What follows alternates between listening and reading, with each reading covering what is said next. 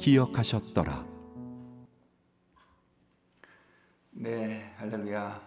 오늘은 출애굽기 2장 11절부터 25절까지 말씀으로 약할 때 강함 되시는 주님이라고 하는 제목으로 우리가 오늘 말씀 묵상하려고 합니다. 여러분, 달리기 선수들에게 가장 중요한 것은 얼마나 빨리 달리느냐 하는 것입니다. 그래서 이게 1초 혹은 0.1초, 어떨 때는 10분의 1초, 100분의 1초가 굉장히 달리기 선수들에게는 중요하죠. 마라톤 선수들에게도 마찬가지입니다. 긴 거리를 달리지만 얼마만큼 빨리 달리느냐, 자기의 페이스를 유지하면서 얼마나 빨리 달리느냐 굉장히 중요합니다. 그런데 이 달리기 선수들에게 빨리 달리는 것보다 더 중요한 것이 있습니다. 그것은 바로 어디를 향해 달리느냐라고 하는 것입니다. 달리기 선수들이 열심히 뛰었는데 다른 목표를 향해 달렸다고 한다면 결코 좋은 달리기 선수라고 말할 수 없죠. 여러분, 믿음 생활을 할 때도 여러분 마찬가지입니다. 우리가 신앙생활을 할 때 굉장히 열심히 하는 게 중요합니다. 성경도 열심히 읽고 봉사도 열심히 하고 전도도 열심히 하고 기도도 열심히 하는데, 그런데 우리가 여기서 한번 생각해 봐야 될 게 뭐냐면 하나님이 무엇을 원하는지를 알아야 된다라고 하는 거죠. 그냥 막연하게 열심히 하는 것보다는 하나님께서 무엇을 원하는지 알고, 사실은 열심히 하는 것보다 더 중요한 게 하나님이 원하시는 것을 하는 것, 쉽게 말하면 순종하는 것이 훨씬 더 중요하다라고 하는 것입니다. 그래서 우리가 신앙생활 할 때 항상 우리는 하나님이 우리에게 무엇을 원하시고 우리가 무엇을 순종해야 하는 것이 굉장히 중요합니다. 그래서 하나님은 그분의 하나님의 일꾼들을 이렇게 훈련을 하세요. 왜냐하면 우리는 이 순종하는 훈련이 잘 돼 있지 않거든요. 내 마음대로 하려고 하고 내 방식대로 하려고 하는 그런 경향들이 굉장히 강하기 때문에 그렇습니다. 그래서 오늘 본문에 보면 하나님께서는 이제 모세를 이스라엘의 구원자로 세워서 그 백성의 지도자로 삼으시려고 하는데, 그 모세에게는 치명적인 좀 약점들이 있었습니다. 그래서 그 모세의 연약한 부분들을 주님이 오늘 본문에 보면 다뤄가시는 내용들이 기록이 되어 있어요. 오늘 본문에 보면 두 가지로 하나님께서는 이 모세의 연약한 부분들을 다루어서 하나님이 기뻐하는 지도자, 하나님이 원하시는 지도자로 세워가시는데, 그 첫 번째가 뭐냐면 하나님께서는 모세의 약점을 드러내셨다라고 하는 것입니다. 모세의 약점. 마찬가지죠. 하나님께서 우리의 삶을 다듬어 나가실 때 때로는 우리의 약점을 드러나게 하십니다. 오늘 본문 11절부터 12절을 이렇게 보면요, 모세가 이제 장성했을 때 아마도 어떻게 자랐는지 구체적으로 성경에 기록되어 있지 않지만 모세는 어린 시절부터 너는 히브리 사람이라 라고 하는 그런 어떤 유모의 교육을 받았으니까요. 자기의 친어머니죠. 교육을 받고 아마 동족에 대한 굉장히 각별한 마음을 가지고 자랐던 것 같습니다. 그리고 이제 장성하게 되는데 하루는 그 밖에 나가가지고 그 히브리 자기 동족들이 노동을 하는 것을, 그 당시에는 많은 히브리 노예들이 피라미드를 건축하고 왕궁을 건축하고 하는 그런 노역에, 강제 노역에 계속해서 극심하게 시달리고 있었던 때였었습니다. 이제 그걸 갖다가 안타까운 마음으로 쳐다보고 있었는데 애굽 사람이 이 히브리 사람을 갖다가 치는 것을, 때리는 것을 보게 된 거죠. 그 순간에 이 모세는 좌우를 살펴보니까 사람이 없는 걸 알게 된 것입니다. 그래서 이 욱하는 마음에 결국 그 히브리 사람을 친 애굽 사람을 갖다가 때려서 죽여버립니다. 아마 처음부터 죽일 의도는 없었을 텐데 어떻게 굉장히 모세가 파워가, 힘이 셌었는지 결국 죽게 되고, 그러다 보니까 이제 그 사람의 시체를 갖다가 모래에다가 묻어서 감추게 됩니다. 그리고 그 이튿날도 이제 모세가 또 안타까운 마음으로 자기 동족이 노동하고 고생하는 그 장면들을 쳐다보고 있었는데, 이번에는 히브리 사람들끼리 서로 싸우는 거예요. 그래서 정말 자기는 동족을 너무 사랑해서 애굽 사람을 쳐주기까지 했는데 이 동족끼리 싸우는 모습이 너무 안타까워가지고 그 사람들에게 가서 왜 동포들끼리 서로 싸우느냐고 이렇게 얘기를 했을 때 그 히브리 사람들이 모세에게 언제 우리가 너를 재판관으로 세웠느냐, 애굽 사람을 쳐 죽인 것처럼 우리도 쳐 죽이려고 하느냐, 이렇게 얘기를 하니까 모세가 깜짝 놀라게 됩니다. 내가 애굽 사람을 쳐 죽인 일이 이게 들통이 났구나 하는 것을 깨닫게 된 것이죠. 그리고 한편 이 모세의 추측대로 그 소식은 애굽의 바로에게도 전해졌죠.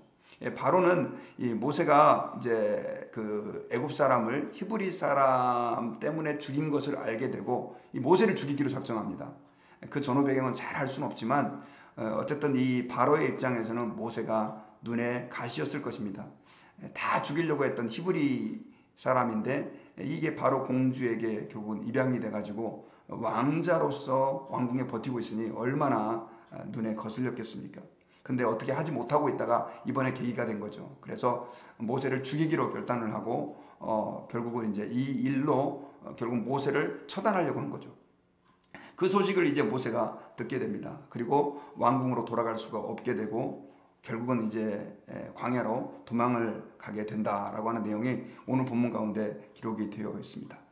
여러분, 우리가 오늘 본문에서 굉장히 중요한 사실, 아까 제가 첫 번째로 얘기한 것이 뭐냐면 하나님께서 모세를 다뤄가실 때 모세의 연약한 부분을 드러나게 하셨다고 그랬잖아요.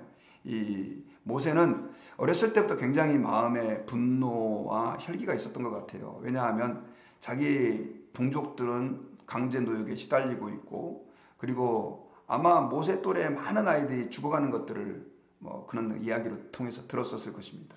그러다 보니까 얼마나 이 바로에 대해서 분노가 있었겠어요. 그리고 그 반감과 그 바로에 대한 미움과 함께 이 형제를 사랑하는 마음은 더 강해졌습니다. 비록 바로의 왕궁에 있었지만 마음은 늘 항상 히브리 민족에게 있었죠.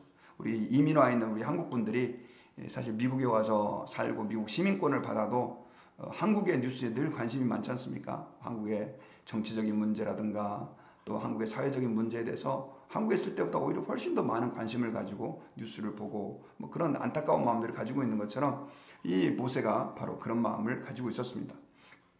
그런데 그렇게 동족을 사랑하다 보니까 그냥 왕궁에 앉아서 편하게 놀 수가 없었고 그리고 시간이 나는 대로 그 히브리 노예들이 노동하는 그 현장을 안타까운 마음으로 바라볼 정도로 동족을 사랑하는 마음이 이 모세에게는 있었다라고 하는 것이죠. 그런데 공교롭게도 이 모세의 동족을 사랑하는 마음, 또 바로에 대한 반감 같은 것들은 아무에게도 인정을 못 받습니다. 심지어 아까 오늘 본문에 보면 그 히브리 노예, 그러니까 히브리 동족을 위해서 애굽 사람을 쳐 죽이기까지 했는데도 불구하고 그 히브리 사람들조차도 그 모세의 마음을 알아주지 못한 것이죠. 그래서 결국은 이제 모세가 할 수 없이 광야로 도망가게 되는 그런 계기가 되고 있다라고 하는 것입니다. 자, 근데 여러분, 우리가 여기서 한번 생각해 봐야 될 것이 하나님께서 그렇게 동족을 사랑하고 아끼는 마음을 가지고 있었던 그 모세를 왜 그때 쓰시지 않았냐는 것이죠. 오히려 히브리 민족에게도 버림받게 하고 바로에게도 미움을 받게 하셔가지고 광야로 나가게 하셨냐는 것이죠. 그 이유는 바로 모세 안에는요, 쉽게 말하면 분노와 자기의 어떤 자기사랑, 또 자기의 어떤 그 야망 같은 것들, 그런 것들이 살아있었던 것을 알 수가 있습니다. 정의감에 불타 있었던 것이죠. 그런데 그렇게 정의감에 불타 있었고 혈기가 가득한 그 모세를 하나님께서는 쓸 수가 없었던 것입니다. 애굽 사람을 쳐 죽인 걸 보면 얼마만큼 모세가 그 마음 가운데 불이 있었는지를 우리는 알 수가 있습니다. 쉽게 말하면 하나님이 보실 때 모세는 아직까지 팔딱팔딱 살아있는 그런 사람이었던 것이죠. 여러분, 마찬가지입니다.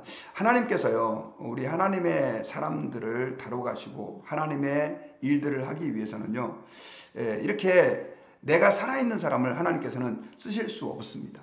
우리의 자아가 살아있고 고집이 살아있고 또 우리의 혈기가 살아있고 심지어 정의라 할지라도 결국 그것이 하나님이 원하시지 않는 것일 때는 하나님은 그 사람을 쓰실 수가 없다라고 하는 사실을 여러분 기억해야 됩니다. 여러분, 배추를 담그기 전에요, 김치를 담그기 전에 제일 먼저 우리가 여자분들이 이제 저도 가끔씩 정말 자주는 아니지만 이렇게 김치 절일 때, 요즘은 못하지만 예전에 좀 도와준 적이 있습니다. 근데 이렇게 배추를 사가지고 이 배추가 파릇파릇 살아있잖아요. 그런데 거기다가 이제 소금을 다 뿌려가지고 결국은 이 배추의 숨을 죽이지 않습니까? 숨이 죽지 않으면 김치를 잘 담글 수가 없고요. 나중에 김치가 맛있게 나오지 않죠. 마찬가지입니다. 하나님께서 우리를 쓰시려고 한다면 우리는 하나님 아버지 앞에 먼저 내가 죽는 은혜를 경험해야 합니다. 사실 이 모세는 동족을 너무나 사랑했고 동족을 아끼는 그 마음을 가지고 있었지만 하나님이 그 모습 그대로는 모세를 쓸 수가 없었던 것입니다. 그래서 광야를 준비하시고 결국은 이 모세를 광야에 인도하셔가지고 완전히 그냥 그 김치 배추를 푹 절이듯이 그런 과정을 거치게 하셨던 것을 우리는 기억해야 됩니다. 그래서 우리가 신앙생활을 하다가 때로는 하나님께서요 우리의 약점을 드러낼 때가 있습니다. 그때마다 우리는 한번 생각을 해야 돼요. 내 안에 지금 무엇이 아직도 살아서 꿈틀거리고 있는지를 우리는 살펴봐야 된다는 것이죠. 그래서 하나님 아버지 앞에서 그 문제를 다뤄주시도록 하나님 앞에 우리가 기도하고 하나님 앞에 나아가는 저희들이 되어야 될 줄 믿습니다. 두 번째로 또 우리가 오늘 본문을 통해서 하나님께서 그의 백성들을 다루어 가시고 또 훈련시켜 가시는 과정은 뭐냐면 광야입니다. 오늘 본문에 보면 하나님께서는 이 모세를 결국 이제 광야로 갈 수밖에 없게 광야로 인도하시죠. 인도라기보다도 갈 곳이 없어서 도망간 곳이 이제 광야가 됐는데, 이 모세가 이제 히브리 자기 동족에게 우리가 언제 너를 재판관으로 세웠느냐, 애굽 사람을 죽인 것처럼 우리도 죽이려고 하느냐라고 하는 이야기를 들었을 때 모세가 충격을 받고 결국 이제 바로가 자기를 죽이려고 한다는 얘기를 듣고 광야로 도망가게 됐는데, 그가 간 곳이 이제 미디안 광야였습니다. 어떻게 말하면 완전히 이제 홈리스 생활을 거기서 하고 있었죠. 며칠이 지났는지 몇 날이 지났는지 잘 성경에 기록되어 있지 않지만 그렇게 시간들을 보내고 있을 때 하나님께서는 우연히 미디안 제사장의 7 딸들을 만나게 하십니다. 아마 양들을 데리고 물을 먹이려 우물에 오게 되었던 것 같은데, 이 미디안 제사장의 딸들이 거기서 어려움을 겪습니다. 어떤 어려움을 겪냐면 다른 양을 끌고 있는 이 목자들이 이 딸들이 물을 먹이려고 하는 것을 못하게 하는 거죠. 방해하는 거죠. 여자들이다 보니까 이제 힘이 없었는데 그때 모세가 그 미디안 제사장의 7 딸들을 도와서 물을 마시도록 그렇게 해줍니다. 그러다 보니까 훨씬 예상보다 빨리 물을 잘 마시게 할 수가 있었던 것 같아요. 나중에 이제 딸들이 돌아와서 아버지한테 그 얘기를 하니까 빨리 그 사람을 불러오라고 해서 결국은 이제 모세가 미디안 제사장의 집에서 살게 되고, 그 다음에 거기서 십보라를 만나게, 이제 제사장의 딸이었던 십보라와 결혼도 하게 되고 거기서 아들 게르솜도 낳게 됩니다. 그 말씀이 오늘 기록되어 있는데, 자, 하나님께서 모세를 광야로 인도하시는데 결국 그 광야에서 모세가 머물게 된 시간이 자그마치 40년이나 되는 긴 시간을 머물게 됩니다. 모세가 광야에서 40년 동안 이스라엘의 백성의 인도자로 저는 수업을 받고 훈련을 받았다기보다도 아까 제가 배추가 소금에 절여지듯이 그는 40년 동안 거의 하는 일이 매일 반복되는 일상이었고요. 그저 양을 치는 일이었고 별로 고민할 일도 아마 없었을 것 같습니다. 그렇게 성경에 보면 40년간의 행적이 잘 기록되어 있지 않은 걸 보면 특별한 일도 없었던 것 같아요. 거기서 그냥 푹 죽는 거죠. 그런데 여러분, 그 광야의 40년은 모세에게 너무나 중요한 기간이었습니다. 왜냐하면 그 혈기방자하던 그 모세가 나중에는 정말로 온유한 사람이 됐어요. 민수기서에 보면 이 모세의 온유함이 지면에 있는 모든 사람보다 가장 뛰어났다, 이렇게 얘기를 합니다. 여러분, 나중에 이제 보면 출애굽기서에서 이스라엘 백성들이 우상 숭배했을 때 모세가 하나님 앞에 어떻게까지 기도하냐면, 하나님 차라리 내 목숨을 가져가고 저들을 살려달라고까지 기도를 하잖아요. 그렇게 속색이고 그렇게 문제 많은 사람인데도 불구하고 그런 온유함을 가지고 있었던 것이죠. 여러분, 우리가 여기서 이 광야라고 하는 거가 그래서 굉장히 우리의 인생에 있어서도 매우 중요하다는 것을 우리는 기억을 해야 됩니다. 사실 광야는 길이 없죠. 그리고 내 마음대로 할 수 있는 것도 없고요. 광야는 모든 것이 불편합니다. 먹는 것, 입는 것, 또 꿈 이상 이런 거 아무것도 없어요. 그런데 여러분, 하나님께서는 때로는 그의 백성들을 훈련하실 때 광야로 이끄시는 경우가 굉장히 많이 있습니다. 세례 요한도 광야에서 다듬어졌고요. 또 예수님도 초창기 때 40일 동안 광야에서 있었고요. 모세도 물론 마찬가지고 다윗도 상당한 기간을 광야에서 엄청나게 고생을 많이 했습니다. 그럼 왜 하나님께서 그렇게 광야로 가게 하시느냐? 광야는 그렇게 모든 것들이 불편한데 거기에 광야에는 우리가 복잡하게 삶을 살고 있는 삶의 터전에 없는 게 하나 있어요. 그게 바로 뭐냐면 하나님의 임재입니다. 광야에서 다른 것들은 다 불편하지만 훨씬 더 사람들은 하나님을 가까이 할 수 있게 되고 하나님을 의지할 수 있는 훈련을 하게 된다라고 하는 것이죠. 그러다 보니까 하나님께서는 나중에 이제 이스라엘 백성들이 가나안 땅을 점령할 때도, 가나안 땅에 진입하려 했을 때도 10명의 정탐꾼들이 다 불평했을 때 40년간을 광야에서 이렇게 유리방황하게 만들죠.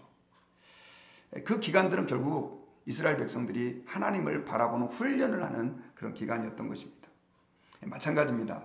우리도 신앙생활을 할 때 보면요, 가끔씩 때로는 광야의 길을 우리로 하여금 하나님께서 걷게 하실 때가 있습니다. 저의 인생에도 그럴 때가 있었습니다.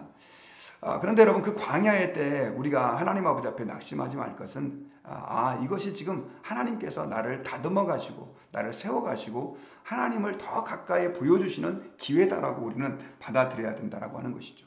어떻게 말하면 광야는 온유함의 그 열매를 맺게 하는 재련소와 같은 곳이다라고 하는 것이죠. 광야에서 모세가 지면에서 가장 온유한 사람으로 다듬어졌던 것처럼 동일하게 우리도 그 광야를 통해서 하나님의 아름다운 형상을 나타낼 수 있게 되고 그 형상으로 만들어져 가게 된다라고 하는 거예요. 여러분, 온유함이다라고 하는 단어는 사실 이렇게 부드러운 마음만은 아니에요. 온유함의 원 단어의 의미는 뭐냐면 하나님 앞에서의 겸손함을 얘기하는 것입니다. 모든 것을 하나님이 하셨습니다. 하나님이 아니면 내가 아무것도 아닙니다라고 하는 그런 고백이 바로 뭐냐면 이 온유함이죠. 모세가 바로 그런 마음을 결국은 이 광야 생활을 통해서 가지게 되었다라고 하는 것입니다. 그래서 여러분, 오늘 본문에서 하나님께서 이 모세를 훈련시켜 가실 때 자기의 연약함, 그것들을 드러내게 하시고 광야에서 결국은 온유함이라고 하는 것들을 통해서 그 모세의 성정을 다듬어 가셔서 이스라엘 백성의 지도자로 삼아 가신 것, 이것들을 우리가 좀 기억하고, 때로는 그 모세에게 역사하셨던 하나님이 우리에게도 역사하실 때 우리가 삶의 그 현장에서 낙심하지 마시고 그 주님께 감사하고, 또 우리가 그 처한 환경, 현실에서 주님께 영광 돌리고 주의 빛을 바라고 주님만 바라보는 그런 은혜가 있었으면 좋겠습니다.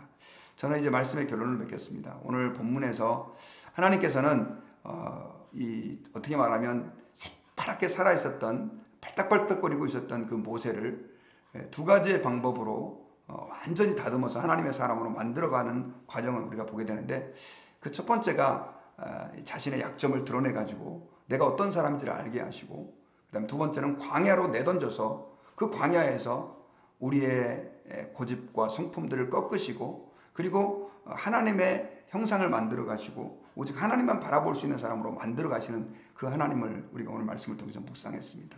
우리 성도님들 가운데는 때로는 그런 어려움 가운데 있는, 오히려 지금 광야에 있고 고통 중에 있는 그런 성도님들도 있는 줄 압니다.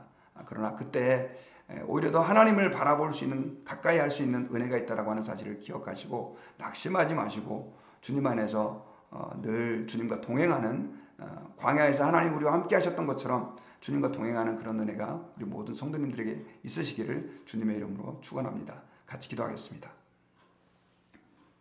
하나님 아버지, 감사와 찬양을 드립니다. 오늘 모세를 우리가 바라보면서 하나님께서 어떻게 혈기 많고 정의감에 불탔던 모세를 다듬어 가시는지를 우리가 말씀을 통해서 봅니다. 그 하나님이 또한 우리의 하나님이신 것을 저희들이 감사합니다. 저희들에게는 아직도 다듬어지지 못한 우리의 자아가 있고 혈기가 있고 고집이 있고 연약함들이 있습니다. 주님 앞에 다 맡겨드립니다. 주님, 드러나게 하시고 치료해 주시고 고쳐주셔서 우리가 하나님의 일을 감당하기에 부족함이 없는 하나님의 사람으로 세워질 수 있도록 도와주시고 역사해 주옵소서. 성도들 가운데는 광야의 그 삶 가운데 있는 그런 성도들도 있습니다. 한 분 한 분 불쌍히 여겨주시고, 비록 광야가 여러 가지로 불편하지만 그 가운데에서 하나님이 훨씬 가까이 하심을 알게 하시고 그 하나님을 바라보며 비록 부족한 것들이 많고 불편한 것들이 많아도 그 하나님으로 위로를 삼는 놀라운 은혜가 우리 모든 성도님들께 있게 도와주시옵소서. 감사드리며 예수님의 이름으로 기도드리옵나이다.